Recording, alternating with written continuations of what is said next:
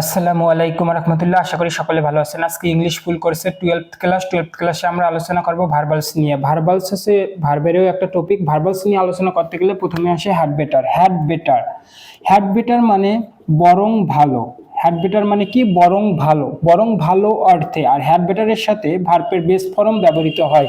Two check acidity, one had better use litmus. এখানে had better রয়েছে। আমরা বলেছি হ্যাড বেটারের পরে ভার্বের বেস ফর্ম ব্যবহৃত হয়। আর হ্যাড বেটার মানে কি? বরং ভালো। টু চেক অ্যাসিডিটি, অম্লত্ব পরীক্ষা করার জন্য ওয়ান একজনের হ্যাড বেটার বরং ভালো ইউজ লিটমাস ব্যবহার করা। তাহলে হ্যাড বেটারের পর আমরা বলেছি যে হ্যাড বেটারের পর ভার্বের বেস ফর্ম ব্যবহৃত হয়। তাহলে হ্যাড বেটারের পর ভার্বের বেস ফর্ম ব্যবহৃত হয়। এই হ্যাড বেটার হচ্ছে মডেলস থেকে কিভাবে কোশ্চেন আসে। মডেলস গুলো দেওয়া থাকে এবং এরপর একটা ভার্ব থাকে এবং ওই ভার্বের কারেকশন করা হয়। ভার্বের সাথে বেস ফর্ম বসবে নাকি ভার্বের আইএনজি বসবে নাকি ভার্বের পাস্ট ফর্ম বসবে, তাহলে এটাই আমাদের ব্যবহার করতে হয়। তাহলে আমরা মনে রাখবো হ্যাড বেটারের পরে ভার্বের বেস ফর্ম ব্যবহৃত হয়। এই জন্য ইউজ বসেছে, ইউজড বসেনি বা ইউজিং বসেনি, কারণ হ্যাড বেটারের পরে ভার্বের বেস ফর্ম বসে। এরপর যদি যাই would rather dot dot than, would rather dot dot than মানেও বরং ভালো। আর উড রেদারের পরেও ভার্বের বেস ফর্ম বসে, দেনের পরেও ভার্বের বেস ফর্ম বসে। আই উড রেদার স্টার্ট দেন বেগ, অর্থাৎ উড রেদার ডট ডট দেন রয়েছে, তার মানে উড রেদারের পরে একটা ভার্ব বসবে, বেগের পরে একটা ভার্ব বসবে। তাহলে উড রেদারের পর কি বসবে? ভার্বের বেস ফর্ম বসবে। স্টার্ট ভার্বের বেস ফর্ম, দেনের পর কি বসবে? ভার্বের বেস ফর্ম বসবে। বেগ হচ্ছে কি? ভার্বের base form.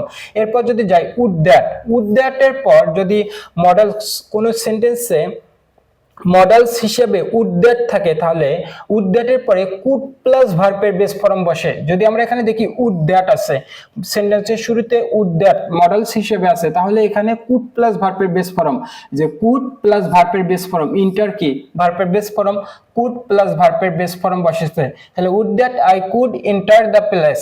Would you mind, যদি বাক্যে মডেলস হিসেবে উড ইউ মাইন্ড থাকে, উড ইউ মাইন্ডের পরে সবসময় ভার্বের সাথে আইএনজি বসবে। উড ইউ মাইন্ডের পরে কি বসবে? ভার্বের সাথে আইএনজি। তাহলে মডেলস হিসেবে উড ইউ মাইন্ড আছে। Would you mind singing a folk song, would you mind থাকার কারণে ভার্বের সাথে আইএনজি বসেছে। যদি ক্যান নট হেল্প বা কুড নট হেল্প থাকে, ক্যান নট হেল্প বা কুড নট হেল্পের পরে ভার্বের সাথে আইএনজি বসে। মডেলস হিসেবে যদি ক্যান নট হেল্প বা কুড নট হেল্প থাকে, এখানে কুড নট হেল্প বা ক্যান নট হেল্প আছে, এখানে কি আছে? কুড নট হেল্প আছে। তাহলে কুড নট হেল্পের পরে কি বসবে? ভার্বের সাথে আইএনজি। এই জন্য রাইটের সাথে ভার্বের সাথে আইএনজি যুক্ত হয়ে রাইটিং হয়েছে।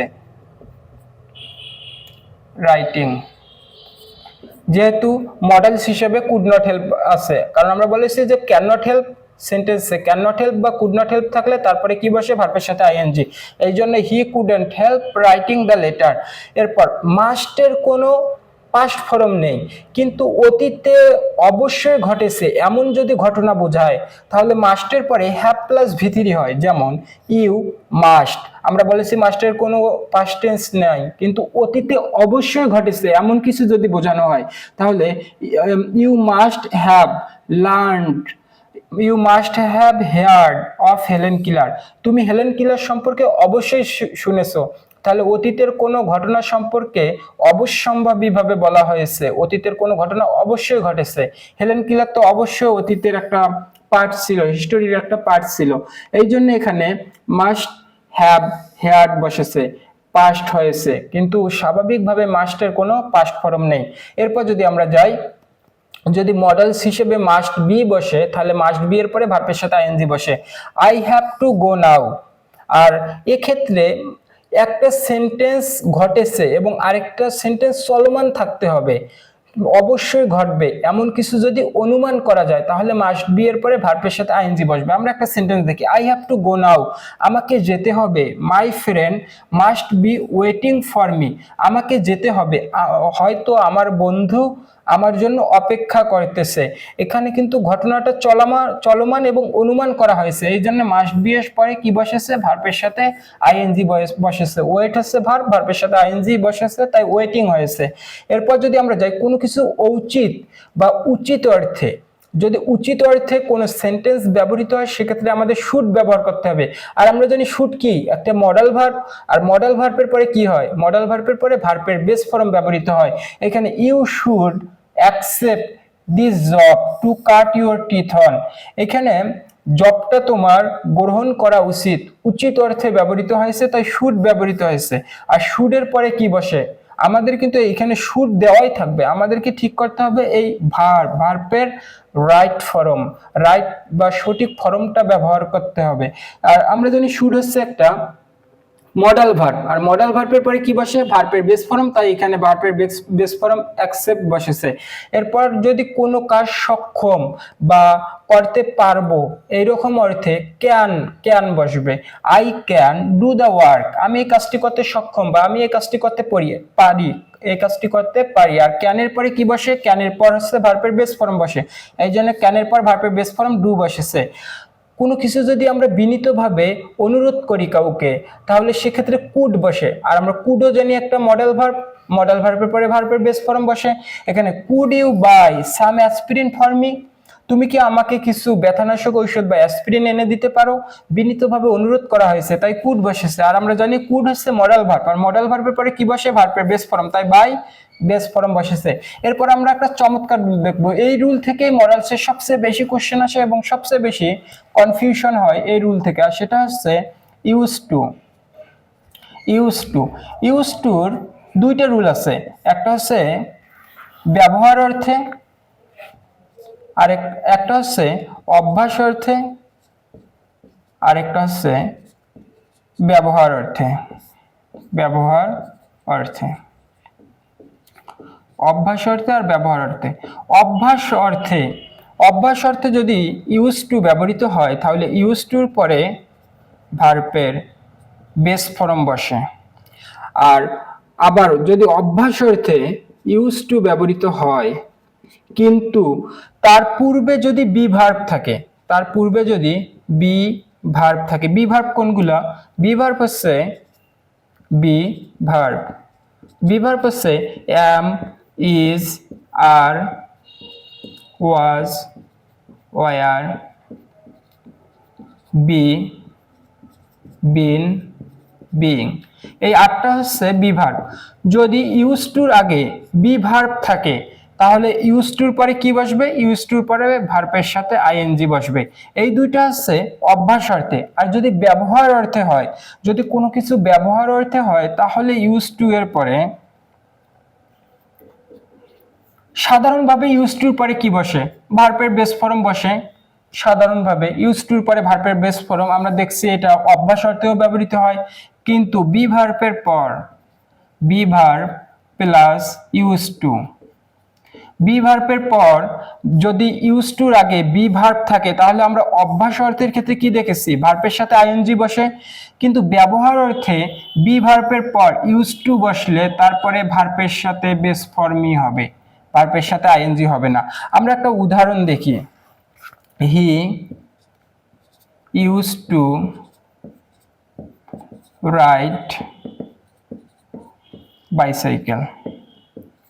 এইখানে সে বাইসাইকেল রাইড করতে বা বাইসাইকেলে আরোহণ করতে অভ্যস্ত, তার মানে অভ্যাস অর্থে ইউজ টুটা ব্যবহৃত হয়েছে। ইউজ টুর আগে কি নাই? কোনো বি ভার্ব নাই, তাহলে ইউজ টু এর পরে কি বসবে? ভার্বের বেস ফর্ম বসবে, অবশ্যই ভার্বের বেস ফর্ম বসবে, কারণ ভার্বের বেস ফর্মের ক্ষেত্রে আমাদের কোনো ঝামেলাই নাই। অভ্যাস অর্থেও ইউজ টুর পরে ভার্বের বেস ফর্ম বসে, ব্যবহার অর্থেও ইউজ টুর পরে ভার্বের বেস ফর্ম বসে, যখন তার সামনে কোনো বি ভার্ব থাকে না। এখানে যেহেতু ইউজ টু এর আগে কোনো ভার্বের বেস ফর্ম নাই, তাহলে এখানে রাইডে হবে, যেহেতু রাইড হচ্ছে ভার্বের বেস ফর্ম। এরপর যদি আমরা যাই, we are use to get up early. এখানে আমরা যদি দেখি get up early, we are use to get up early, use to আছে, আমরা বলছি we are use to get up early, আমরা সকালে ঘুম থেকে উঠতে অভ্যস্ত, অভ্যাস অর্থে ব্যবহৃত হয়েছে। অভ্যাস অর্থে ব্যবহৃত হয়েছে ইউজ টু। ইউজ টুর আগে কি আছে? বি ভার্ব আছে। বি ভার্ব আমি বলেছিলাম বি ভার্ব আছে am, is, are, was, are, be, been, being. যেহেতু বি ভার্ব আছে আর তারপরে ইউজ টু আছে, তাহলে তারপরে কি হবে? ভার্বের সাথে আইএনজি, কারণ এটা কিন্তু ব্যবহার অর্থে না, এটা অভ্যাস অর্থে। আর ব্যবহার অর্থের ক্ষেত্রে বি ভার্বের পরে ইউজ টু, তারপরে ভার্বের বেস ফর্ম। কিন্তু অভ্যাস অর্থের ক্ষেত্রে বি ভার্বের যদি ইউজ টুর আগে বি ভার্ব থাকে তাহলে তারপরে ভার্বের সাথে আইএনজি হয়। এখানে ইউজ টুর আগে আর আছে, বি ভার্ব আছে, তাহলে ইউজ টুর পরে কি হবে? ভার্বের সাথে আইএনজি হবে, অর্থাৎ গেটিং হবে, গেটিং, গেটিং। তারপরে আমরা যদি দেখি উড, ইজ, ইউজ টু, এখানে যদি দেখি make furniture, wood is use to make furniture, মানে কাঠ ফার্নিচার তৈরি করতে ব্যবহৃত হয়। তার মানে এইখানে ইউজ টু কি অভ্যাস অর্থে ব্যবহৃত হয়েছে? না, অভ্যাস অর্থে ব্যবহৃত হয়নি, ব্যবহার অর্থে ব্যবহৃত হয়েছে। আর ইউজ টুর আগে কি আছে? ইজ আছে, বি ভার্ব আছে। আমরা বলেছিলাম অভ্যাস অর্থের ক্ষেত্রে ইউজ টুর আগে যদি বি ভার্ব থাকে তারপরে ভার্বের সাথে আইএনজি বসে, কিন্তু এখানে কি অভ্যাস অর্থে ব্যবহৃত হয়েছে? না, অভ্যাস অর্থে ব্যবহৃত হয়নি। Wood is use to make furniture, কাঠ হচ্ছে ফার্নিচার তৈরি করতে ব্যবহৃত হয়, ব্যবহার অর্থে ব্যবহৃত হয়েছে। আর ব্যবহার অর্থের ক্ষেত্রে আমরা বলেছিলাম যে ইউজ টুর আগে বি ভার্ব থাকলেও ভার্বের বেস ফর্ম হয়। এখানে ইউজ টুর আগে বি ভার্ব ঠিকই আছে, কিন্তু তারপরে কি হবে? ভার্বের বেস ফর্ম হবে, অর্থাৎ এখানে মেক হবে, মেকিং হবে না, কারণ এটা ব্যবহার অর্থে ব্যবহৃত হয়েছে। ভার্বালসের যে রুলগুলো থেকে সবচেয়ে বেশি কোশ্চেন আসে সেই কোশ্চেনগুলো নিয়ে আলোচনা করা হয়েছে এবং সেই উদাহরণগুলো নিয়ে আলোচনা করা হয়েছে, সেই ভার্বালসগুলো নিয়ে আলোচনা করা হয়েছে। আশা করি আপনাদের সেই মডেলসগুলো নিয়ে আলোচনা করা হয়েছে। আশা করি ক্লাসটি আপনারা অনেক বেশি এনজয় করেছেন। পরবর্তী ক্লাসের আমন্ত্রণ জানিয়ে আজকে 12th ক্লাসটি এখানেই শেষ করছি। আসসালামু আলাইকুম ওয়া রাহমাতুল্লাহ।